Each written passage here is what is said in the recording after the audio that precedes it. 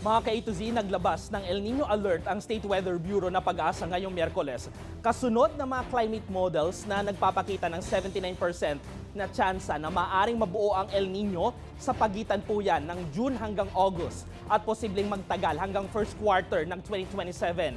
Paliwanag ni Pag-asa Administrator Dr. Nathaniel Servando, ang El Nino ay kadalasang nakikita sa pagiging mas mainit kaysa sa normal na temperatura ng dagat sa Central at Eastern Equatorial Pacific, habang mas malamig naman sa Philippine Sea at maaari magdulot ng negatibong epekto tulad ng matinding tagtuyot. Paalala pa ng eksperto, bagamat karaniwan ng tagtuyot sa ilang lugar, may mga rehiyon din na maaaring makaranas ng above normal rainfall o matinding tag-ulan sa panahon ng southwest monsoon o habagat, kung saan nangyari rin tuwing mga panahon ng El Nino ang ilang pinakadelikadong bagyo sa kasaysayan. Mahalaga ang maagang paglabas ng anunsyong ito para makapaghanda ang mga local government at ahensya, partikular na sa agrikultura, water supply at health sector. Nakatakdang magtipo naman ang Task Force El Nino para talakayin ang mga preparasyon sa posibleng epekto ng climate phenomenon at nagpapaalala sa publiko na maghanda sa mga posibleng epekto nito.